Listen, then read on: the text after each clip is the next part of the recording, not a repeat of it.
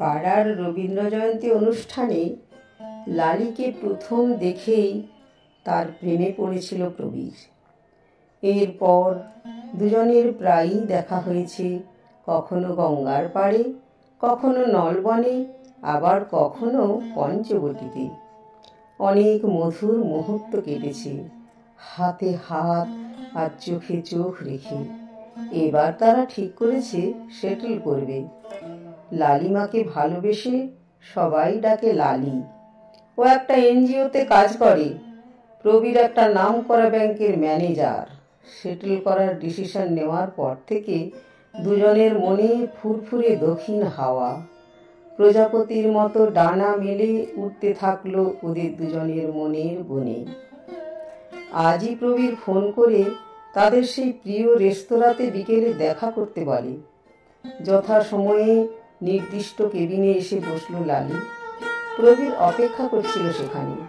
ওর মুখটা এত থমথমে কেন? এমন তো ওকে কখনোদিন দেখেনি লালি।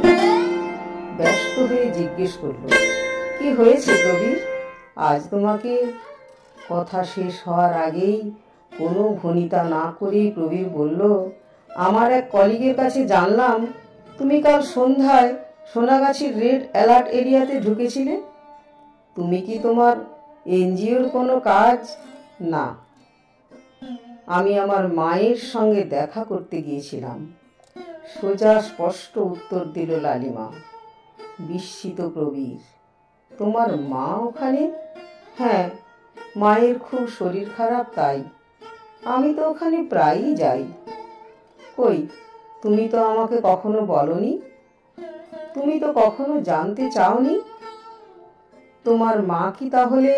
হ্যাঁ, ঠিকই ভেবেছ, একজন দেহ ব্যবসায়ী। লালি, তুমি জানো তুমি কি বলছো?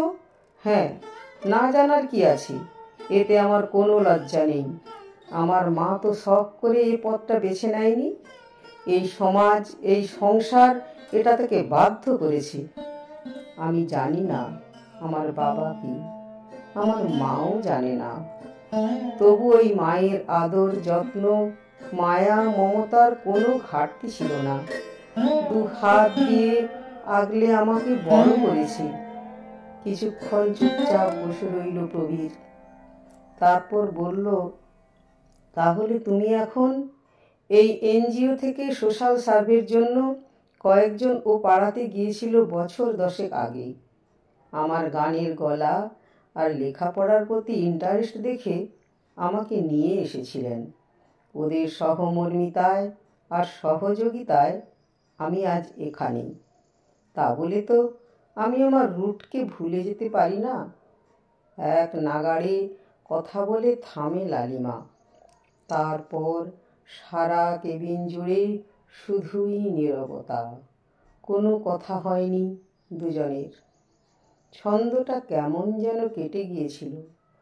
উভয়েই ফিরে গিয়েছিল যে যার ঠিকানায়।